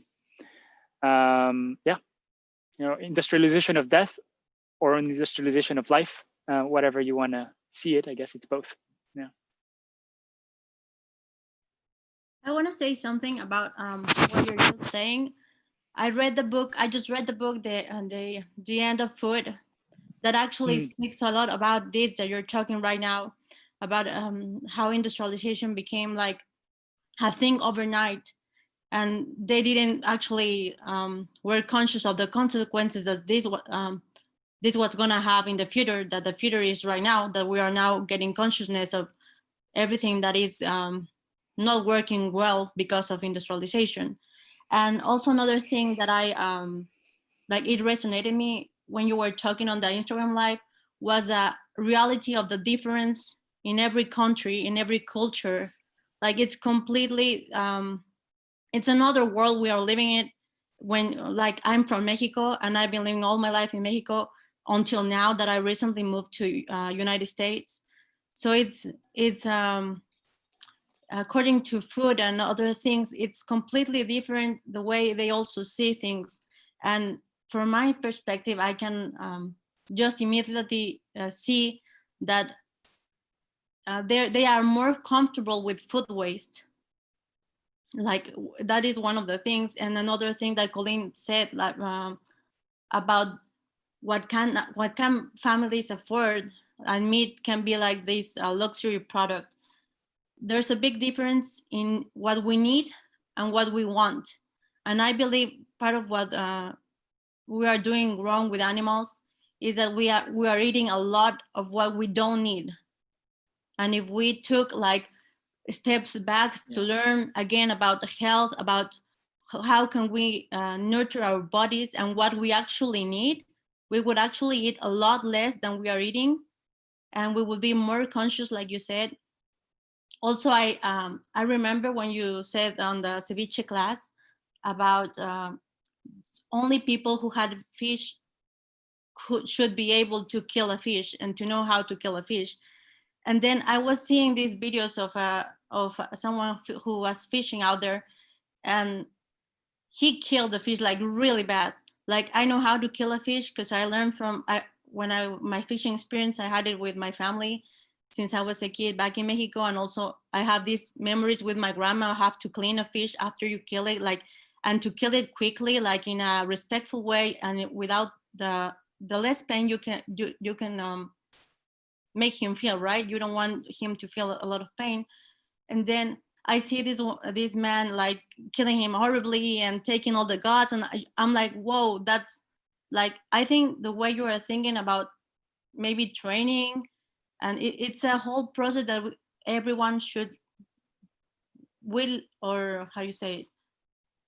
Se me fue en español, lo voy a decir en español. Sí, dale, Como es un proceso que creo que todos deberíamos de pasar por el entrenamiento de cómo es la vida, no solo culturalmente, sino también como el respeto hacia cada animal.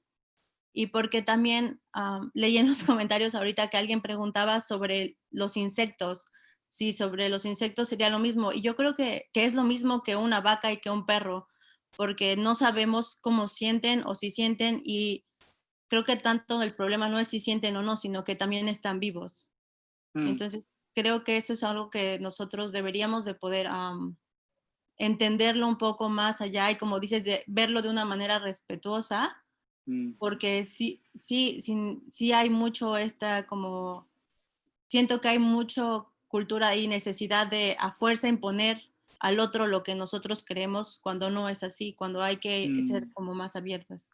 Muchas gracias, Tami. Thank you so much, Tami, for sharing that. Yeah. Completamente en inglés. Pero... No, estuvo súper bien. We really understood your thinking perfectly.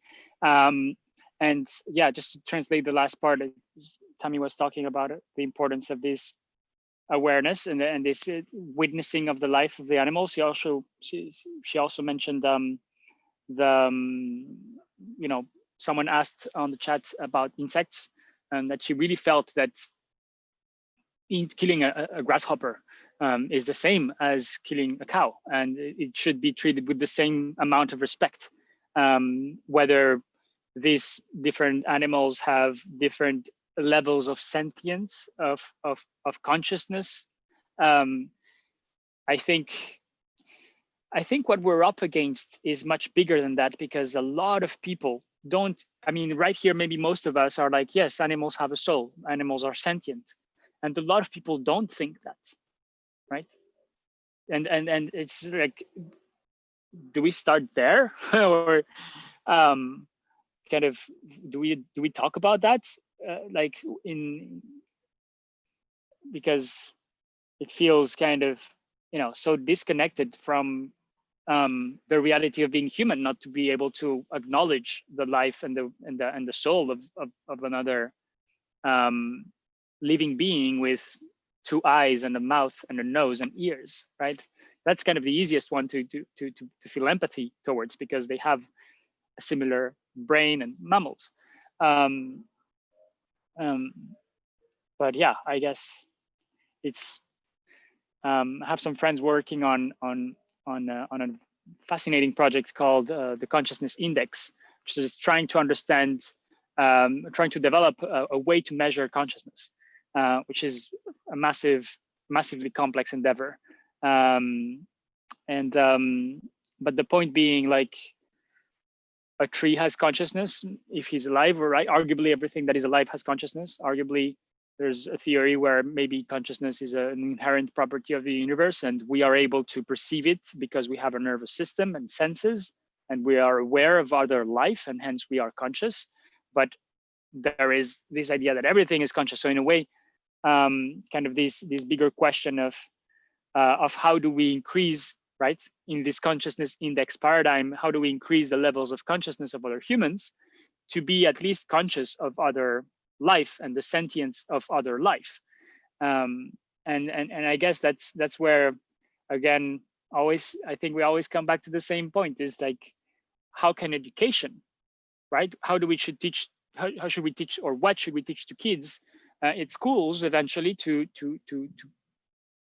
elevate their levels of consciousness as part of education, not just it being how good you are at maths and particular ways of solving problems, but rather how conscious you are of your surroundings.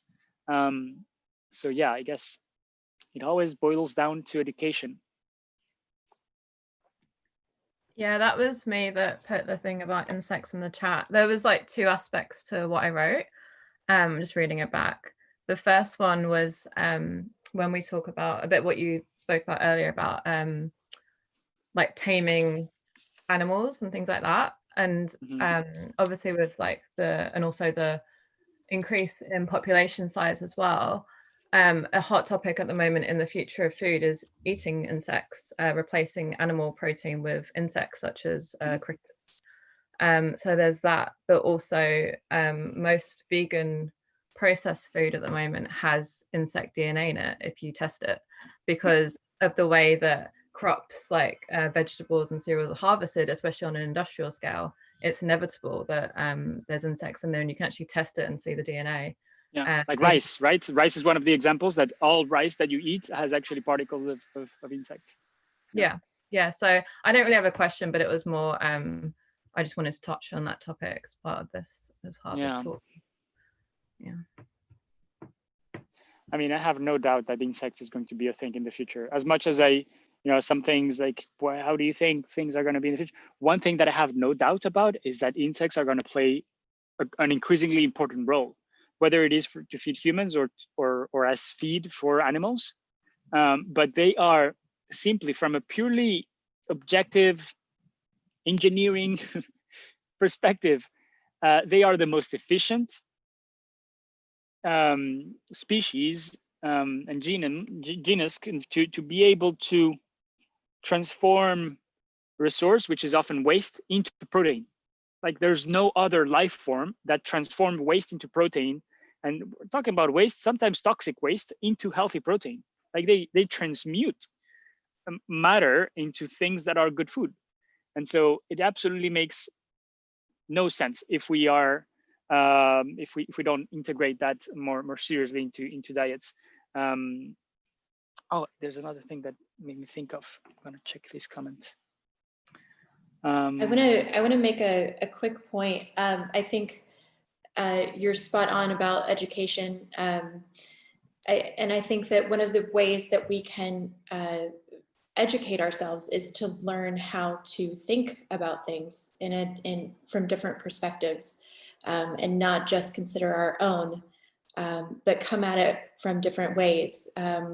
One of the things that that resonated with me in one of the Together We Grow calls, Kristen said, you know, to us, mosquitoes are just a pest, and they just bite us and they're annoying. But then to that mosquito, they serve a purpose in the world. And if we don't consider that perspective, then we just run into butting heads, as you mentioned at the beginning of the live. So I think education, reforming the way that we think about things, and coming at it from different perspectives is essential. Yeah, thank you so much, Katie, for that.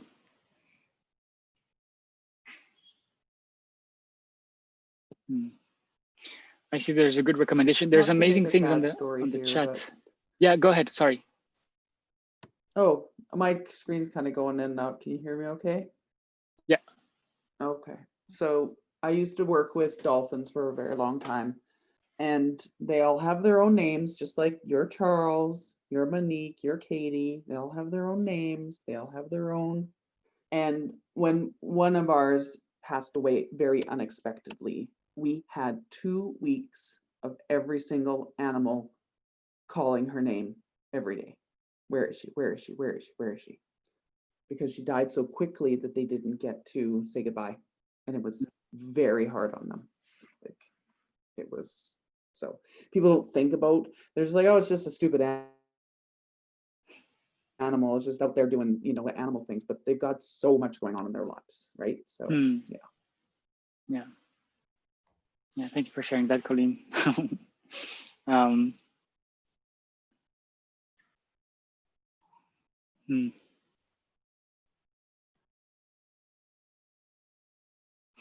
Yeah, there's just layers and layers of, I would almost call it like an unknowing hypocrisy when it comes to this conversation around pets and animals and the difference, and why would a pet to you be something, you know, that you eat, and so some other person it would be something that you don't. And so and I say kind of unknowing because sometimes it's and maybe hypocrisy, I need to explain myself in this aspect, because there's a particular question around, well, you eat animals, but you have pets. How can you eat animals if you have pets, if they're both animals? And right, and again, there comes the cultural aspect, but at some point it's true that to have full integrity, if you have animals, well, you need to be very aware of how ethically the animals that you consume are, or otherwise you're placing a dog above a cow, which arguably from an evolutionary perspective, that does not make sense, because both are kind of tamed by us, and they're both played a role in the kind of traditional conventional farm or kind of non-technological agricultural system that made us thrive for the past 10,000 years, right? And this has only been 10,000 years, the birth of agriculture and the birth of us taming animals like chicken and cows and pigs and dogs. I think there's different kind of times at which we harnessed kind of and created this big family. So what is within the paradigm, the most recent paradigm of human evolution, right? The last 10,000 years, where we can actually see the family, the community, the village as being a unit, including its animals, right? And in a way, I sense like a tiny aspect of that here, us trying to protect our hens from the foxes, because they feel like family. We protect them, we help each other, we partner up, right?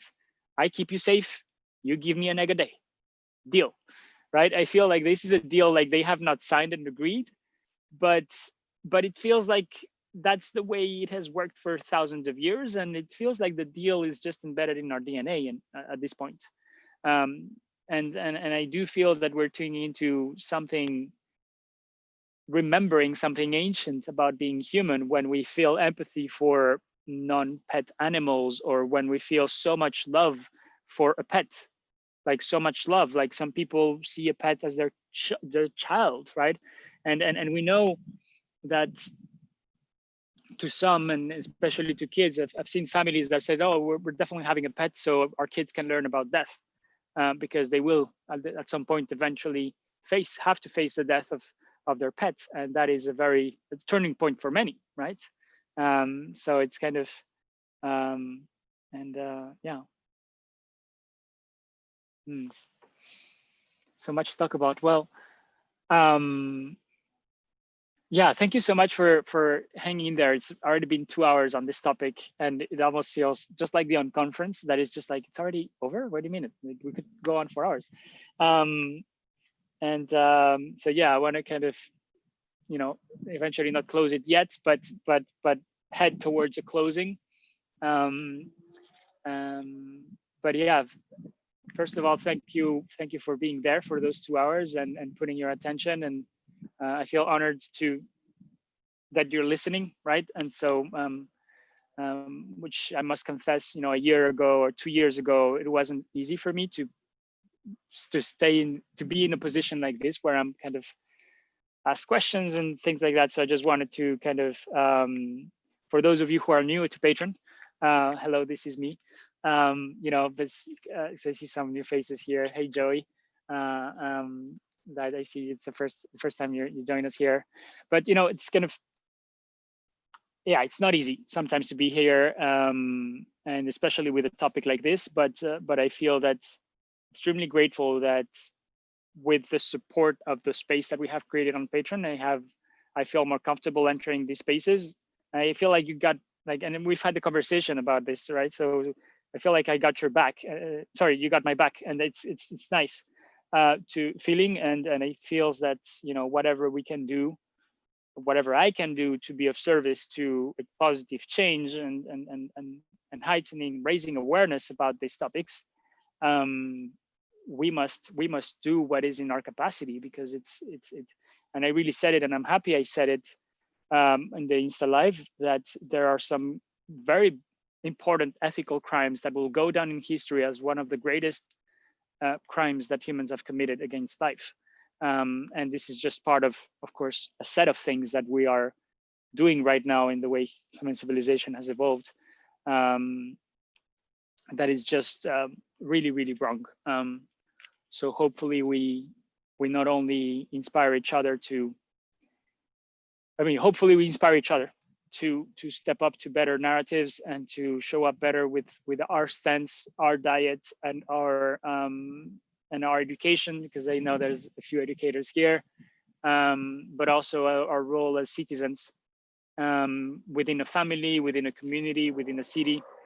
And who knows, maybe there's a future president of a nation on this Patreon call, and maybe that's your country is waiting for you to step up and be that person who makes the difference, right? So I truly believe in that. So yeah, thank you all. I see the oh, you want to vote for Becca, Nat? I think, yeah, let's see where Becca, where do you start, Becca? Is it Congress? Go. All right. And thank you, Séverine. I see Séverine is calling us from the hospital. She's having very big back pains. So we're sending you on t'envoie de l'amour, Séverine. Thank you for joining us from there.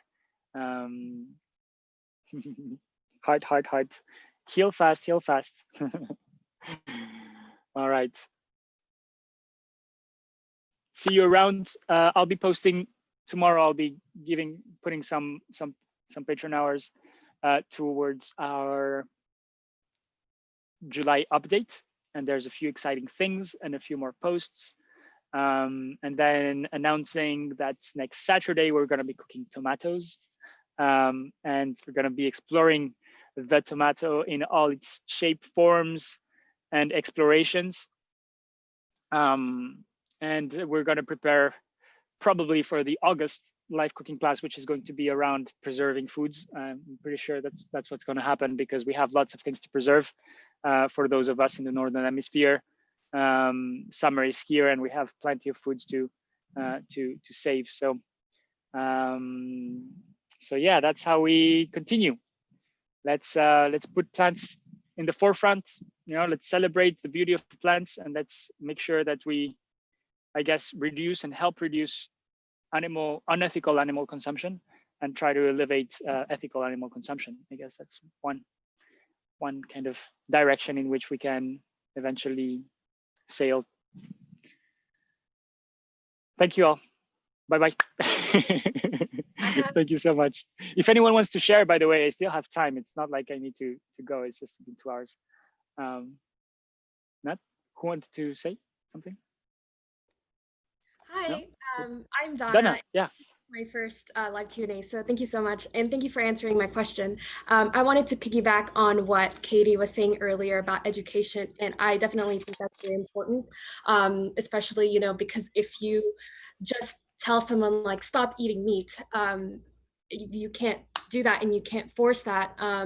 It's just like when someone is trying to diet, when they're like, I'm going to cut out sugar.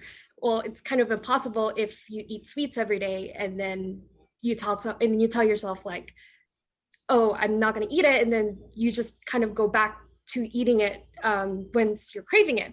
So I definitely believe in education, and one of those about meat, and kind of ties back to my question earlier about animal welfare ratings, is that in America there's a lot of marketing around it, and I feel like there's a lot of kind of like sugarcoating again, which is why I really enjoyed that Okja movie.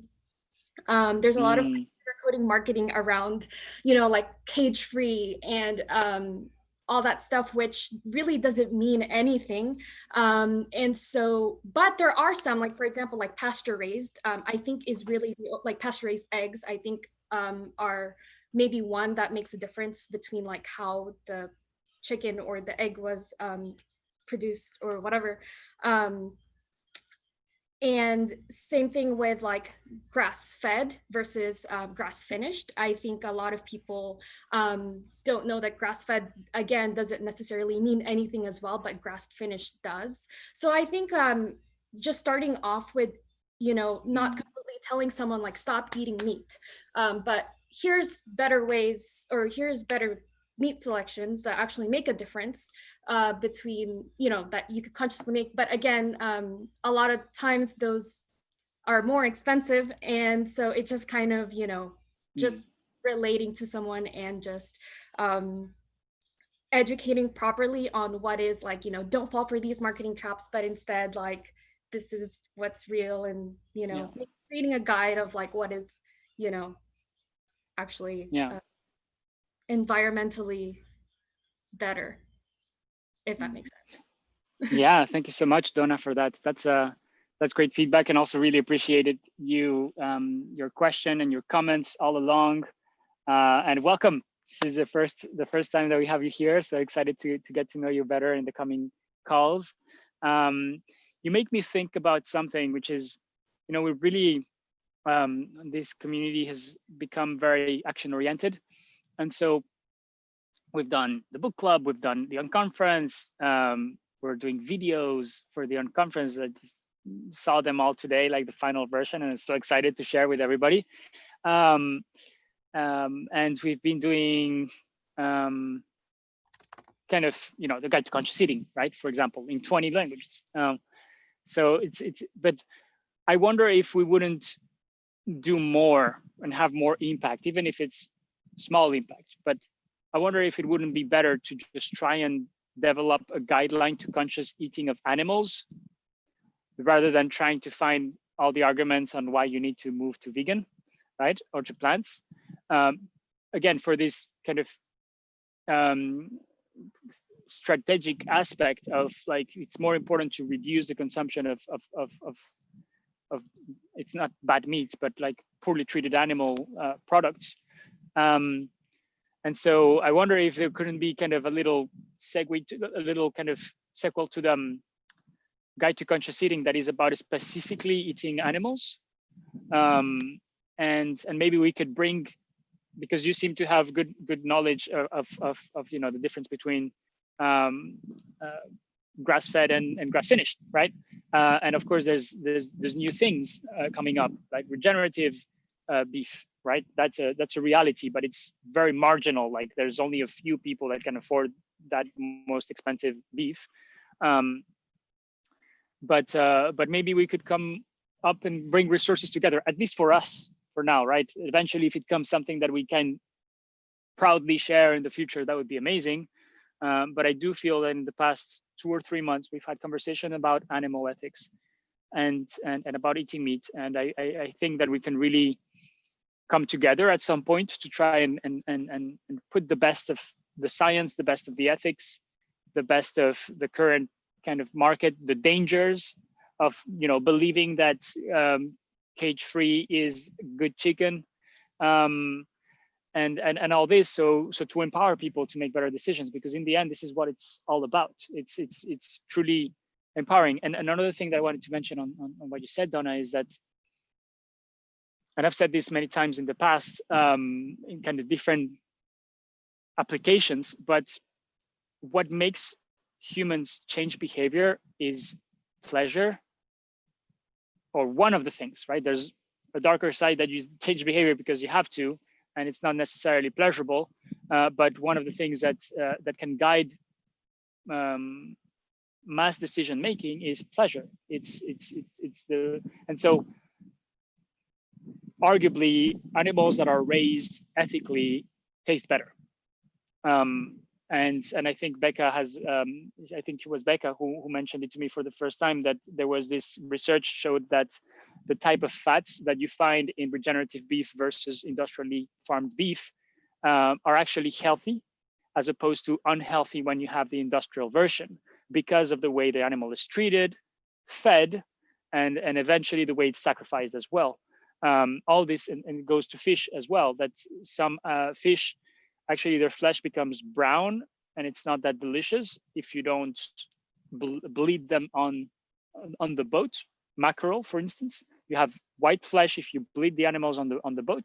If you don't do that, the flesh is less flavorful, right? So what is the connection of all these ethics to deliciousness, to pleasure?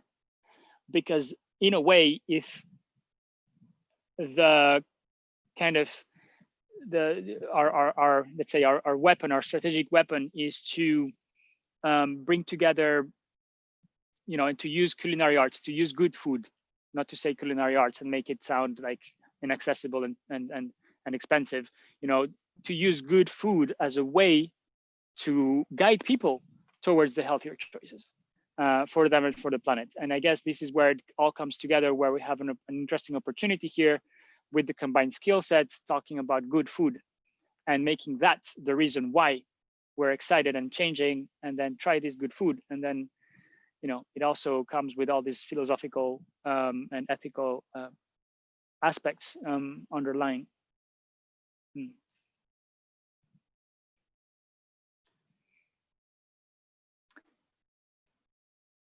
All right, so we have a call on Wednesday.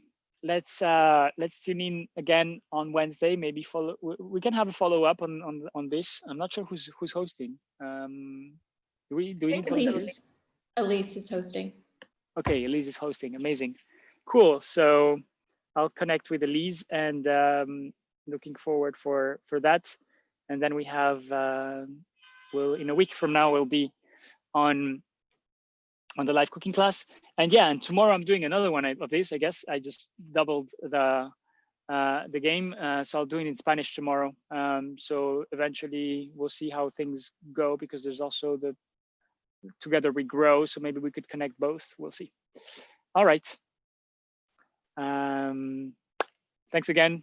Third time saying goodbye. I love this group. Ciao, ciao. Bye. Thank you so much. Bye. Donna, you said would love to begin a draft on an educational guide for different methods of growing meat. Let's do it. Let's tune in on that. Bye.